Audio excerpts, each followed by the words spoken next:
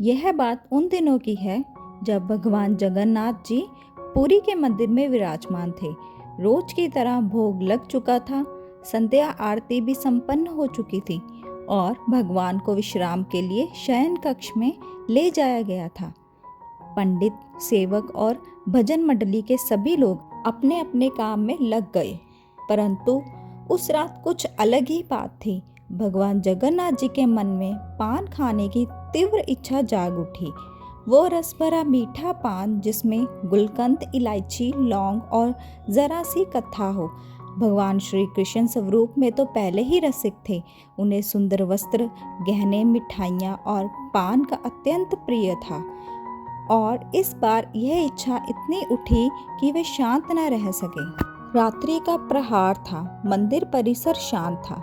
भगवान के मूर्ति के पीछे से एक धीमी सी चमकदार रोशनी निकली। जगन्नाथ जी बाल रूप में चुपचाप उठे और बोले, बलभद्र भैया सो रहे हैं, सुभद्रा भी नींद में है और पंडित तो कब के थक कर खराटे मार रहे हैं। चलो आज अपने आप पान खाया जाए। और फिर क्या था, भगवान मंदिर से बिना किसी को बताए बाहर निकल पड़े।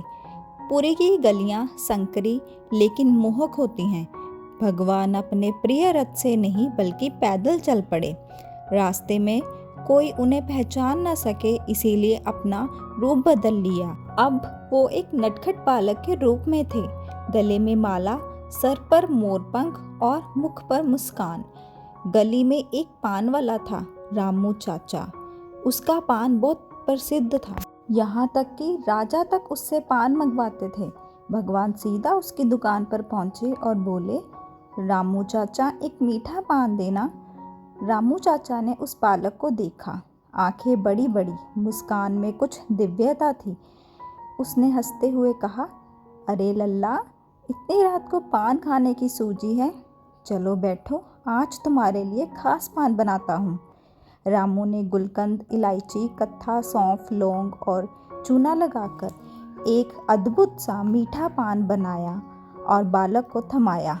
भगवान जगन्नाथ जी ने पान लिया और खाते ही आनंद विभोर हो गए। वाह रामू चाचा, ऐसा पान तो स्वर्ग में भी ना मिला हो। रामू हंस पड़ा, पर तभी चमत्कार हो गया। जैसे ही बालक ने पान खाया, रामू चाचा की आंखें चौथिया गई। अचानक उसके सामने वो बालक प्रकाशमय रूप में बदल गया। शरीर से तेज निकल रहा था। रामू चाचा घबरा गया और हाथ जोड़कर गिर पड़ा। हे प्रभु, आप खुद पधारे मुझ तुझ के यहाँ। भगवान मुस्कुराकर बोले, रामू चाचा, तू तो मेरा प्यारा भक्त है। तेरे हाथ का पान खाने की बड़ी इच्छा थी, अब पूरी हुई। पर हाँ, किसी को मत बताना, नहीं तो लीला बिगड़ जाएगी। रामू ने वादा किया कि वह किसी को कुछ नहीं बताएगा, लेकिन भगवान की लीला यही नहीं रुकी।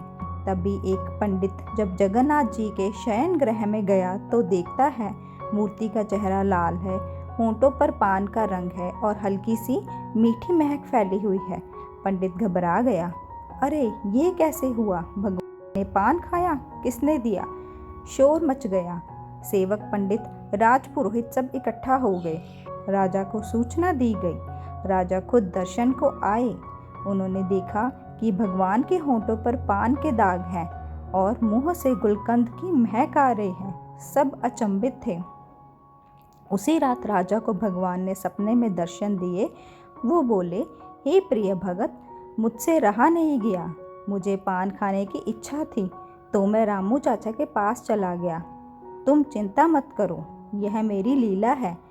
पर अब इस दिन को पान भोग उत्सव के रूप में मनाओ, ताकि भक्तों को भी आनंद मिले और मेरी भी इच्छा पूरी होती रहे। राजा ने सुबह उठते ही घोषणा कर दी कि हर वर्ष उस दिन को पान भोग दिवस के रूप में मनाया जाएगा। भगवान को विशेष रूप से रामू चाचा जैसे पान बनाकर चढ़ाया जाएगा। रामू चाचा को राजमहल बुलाया गया। वह डरता झिझकता आया, पर राजा ने उसे गले लगाया और कहा, तुम धन्य हो, तुम्हारे पान को स्वयं भगवान ने पसंद किया। आज से तुम मंदिर के विशिष्ट पान सेवक कहलाओगे। रामू की आंखें भर आई। उसे विश्वास नहीं हो रहा था कि एक साधारण पान वाले को भगवान ने इतना सम्मान दे दिया। इस लीला से भगवान ने यह सिखाया है कि सच्ची सेवा, सरलता और प्रेम से किया गया कोई भी कार्य उन्हें बहुत प्रिय होता है।